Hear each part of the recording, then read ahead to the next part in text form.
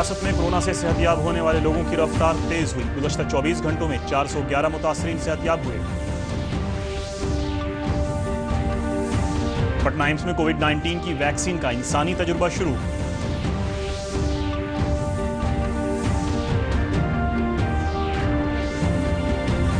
कोसी समेत रियासत की अहम नदियों में तोयानी से सीतामढ़ी, मधुबनी, दरभंगा, मगरबी चंपारण और सहरसा के नशेबी इलाकों में सैलाब का पानी दाखिल। और वजीर आजम गरीब फलाह रोजगार मंसूबे के तवस्सुस से मधेपुरा के मजदूरों को मकामी सतह पर मिल रहा है रोजगार।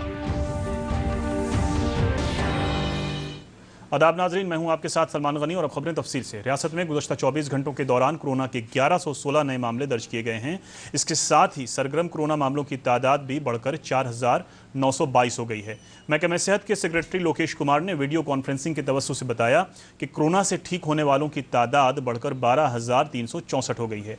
गुज़श्ता 24 घंटों में 411 मरीज सेहतयाब हुए हैं। उन्होंने बताया कि रियासत में कोरोना मरीजों के सेहतयाब होने की शरह 71% है।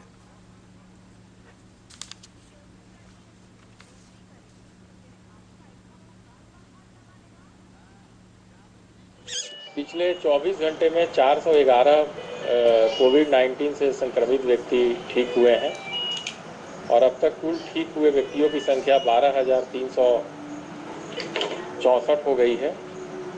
बिहार राज्य में कुल रिकवरी का प्रतिशत 71% है और पिछले 24 घंटे में हम लोगों ने 9,129 जांच किया है और 1,116 24 घंटे में नए मरीज मिले हैं, 1116 और कुल एक्टिव मरीज पूरे बिहार राज्य में आज की तिथि में 4,922 हैं।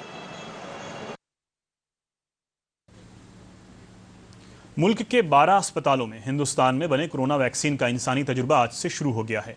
पटना वाक़े all India institute of medical science AIIMS में भी इस टीके का इंसानी जिस्म पर तजुर्बा शुरू हो गया है।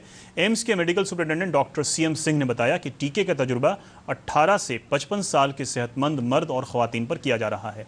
इसके लिए 5 माहिर डॉक्टरों की टीम बनाई गई है। उन्होंने कहा कि तजुर्बे के लिए 18 लोगों को मुंतखब किया गया है।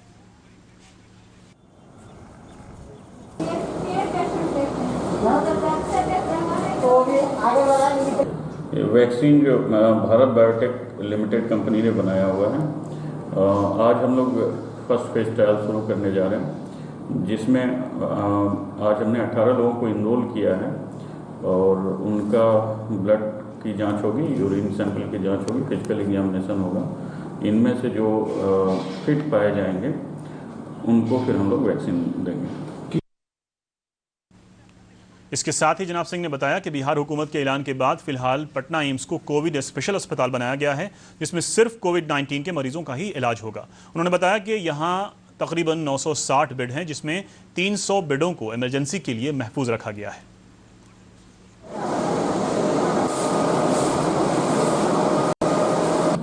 एम्स में टोटल 960 बेड हैं और ऑलमोस्ट सारे एक्टिव हैं, कुछ अभी उस फेज में है एक्टिवेशन के, तो टोटल 960 बेड है। अदरवाइज जो मरीज अब आ रहे हैं उनको एडमिट नहीं लिया जा रहा है, जो कोविड-19 के मरीज नहीं है। हाँ, जो कोविड-19 के मरीज नहीं हैं उनको एडमिट नहीं ले रहे हैं।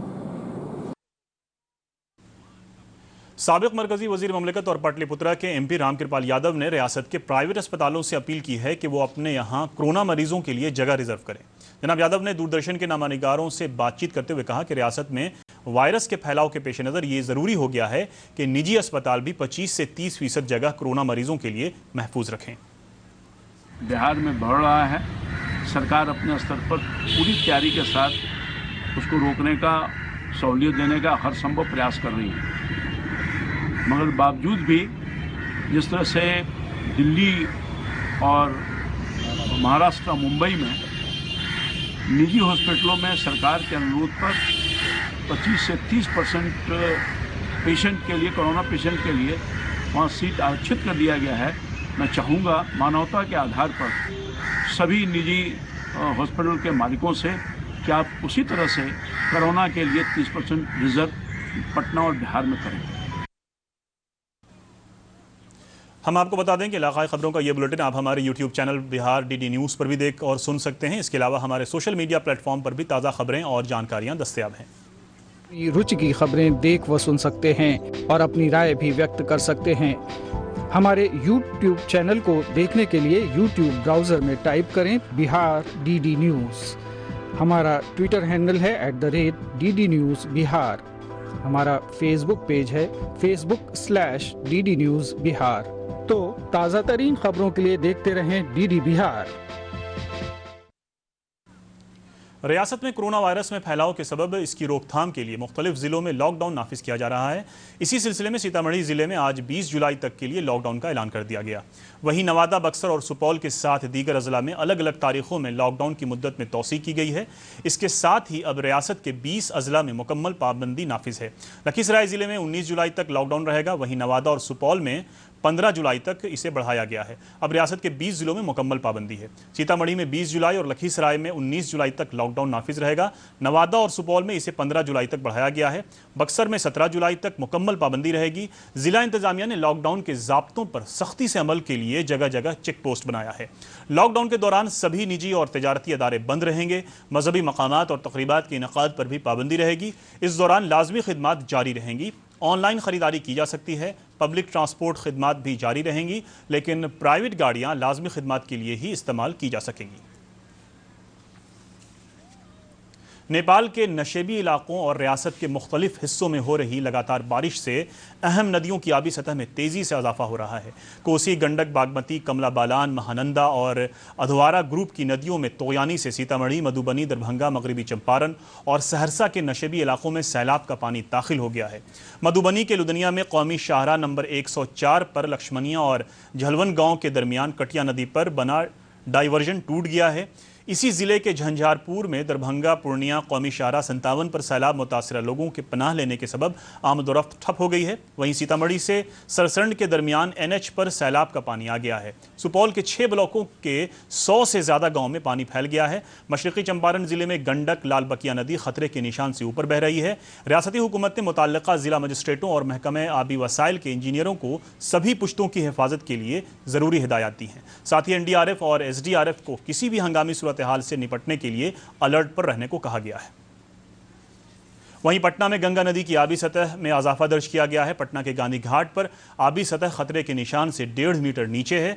मरकजी आबी कमीशन से मौसूला इत्तला के मुताबिक गुज़श्ता 2 दिनों से गंगा की आबी सतह में इजाफा दर्ज किया जा रहा था, लेकिन आज इसमें इस्तेहकाम आ गया है।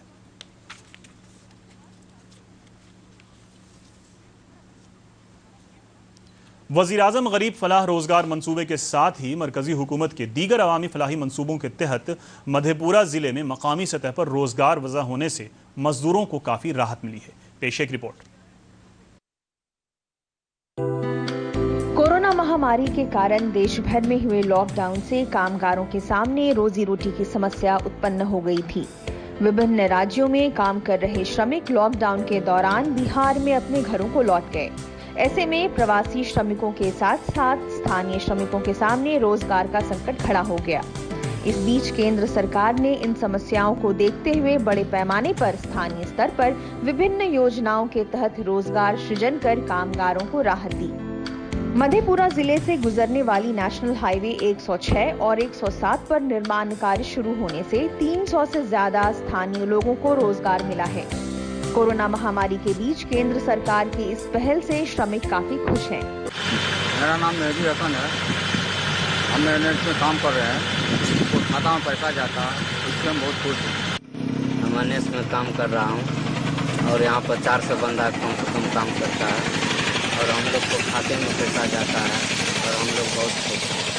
कोसी प्रमंडल के मधेपुरा से नेशनल हाईवे की 70 किलोमीटर लंबी सड़क गुजरती है, जिसमें निर्माण कार्य चल रहा है।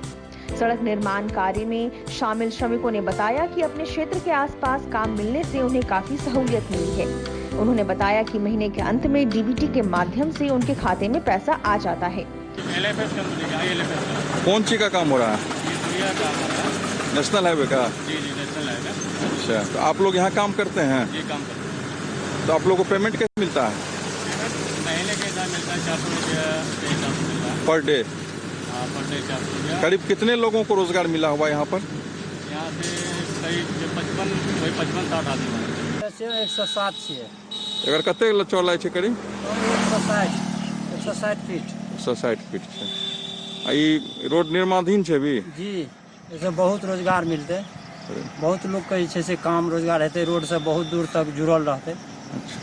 ऐसे फायदा की सब छ? पैसा जाए के फायदा है, जैठां से कतौ पूर्णिया जाए, कटिहार जाए, जते भी जते जो लोग करो। प्रधानमंत्री गरीब कल्याण रोजगार अभियान के साथ ही अन्य केंद्रीय योजनाएं कोरोना महामारी के बीच श्रमिकों के लिए वरदान साबित हो रही है। साथ ही स्थानीय स्तर पर रोजगार सृजन होने से श्रमिक गांव में ही रहकर अपने परिवार की देखभाल कर पा रहे हैं। मधेपुरा से आनंद झा की रिपोर्ट, दूरदर्शन समाचार, पटना। सीबीएसई क्लास 12 के तलबा और तलबात के लिए आज एक खुशखबरी आई है। Central board of secondary education CBSE ने 12वीं के नताइज का ऐलान कर दिया है। बोर्ड की ऑफिशियल वेबसाइट cbscresult.nic.in पर तलबा अपने नताइज देख सकते हैं। इस बार पूरे मुल्क में लड़कियों ने लड़कों से बेहतर कारकर्दगी का मुजाहरा किया है। लड़कियों की कारकर्दगी लड़कों के मुकाबले 6% बेहतर रही है। इस साल 88% से ज्यादा तलबा कामयाब हुए हैं। पटना में आम लोगों को माहौलियात तहफ़्फ़ुज़ के तई बेदार करने के लिए महकमे जंगलात ने एक अनोखी पहल की है। आर ब्लॉक से दीघा तक बन रही नई सड़क के दरमियान डिवाइडर एरिया में लगे सूखे दरख्तों को हटाने के बजाय महकमे जंगलात इस पर पेंटिंग करवाकर उनको एक नई शक्ल दे रहा है।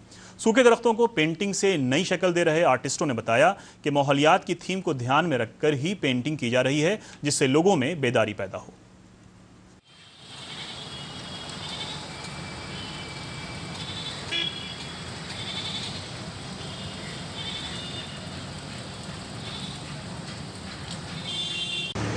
सूखे प्लांट पे हम लोग है ना, जो कि पौधा प्लांटेशन का कैसे पौधों को बचाए और पौधे को एक सुरक्षा के लिए इस पर हम लोग पेंटिंग बना रहे हैं, जो संदेश दे सके हम लोग, है ना।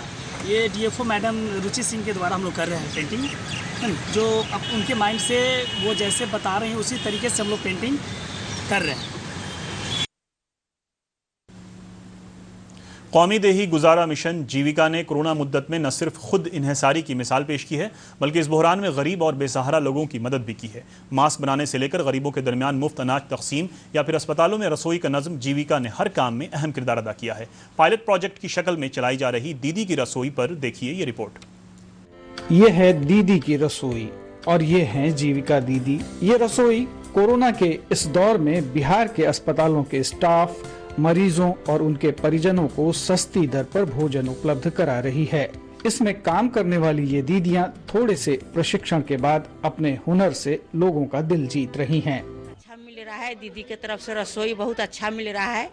गर्भवती के लेके अच्छा खाना मिल रहा है, अच्छा स्वस्थ खाना मिल रहा है। रसोई जीविका द्वारा चलाया जा रहा है। यहाँ पर हर खाना अच्छा और स्वादिष्ट मिलता है और कम से कम कीमत में मिलता है। ये दीदियां स्वच्छता का खास तौर से ध्यान रखती हैं। कोरोना संकट के इस दौर में जीविका संगठन ने बहुआयामी कार्य किए हैं। मास्क सिले हैं, गरीबों की मदद के लिए घर घर से एक मुट्ठी अनाज इकट्ठा किया है और फिर इस रसोई के जरिए मरीजों और उनके परिजनों की मदद कर रही हैं। कोरोना काल में जीविका मानव संसाधन के इस्तेमाल की एक बड़ी शक्ति के रूप में उभरी है बिहार में खास तौर से। बिहार का ये आजीविका मिशन है और इसने इस आपातकाल में, इस आपदा के दौर में अवसर के रूप में इसे इस्तेमाल किया है और प्रधानमंत्री के आत्मनिर्भर भारत के सपने को साकार करने में मदद दी है। कैमरा पर्सन एजाज हुसैन के साथ सलमान हैदर, दूरदर्शन समाचार, पटना। और अब आखिर में खास खबरें एक बार फिर।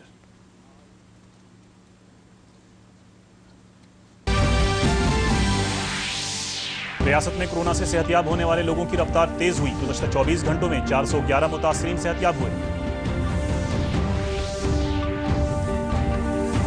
पटना एम्स में कोविड-19 की वैक्सीन का इंसानी तजुर्बा शुरू।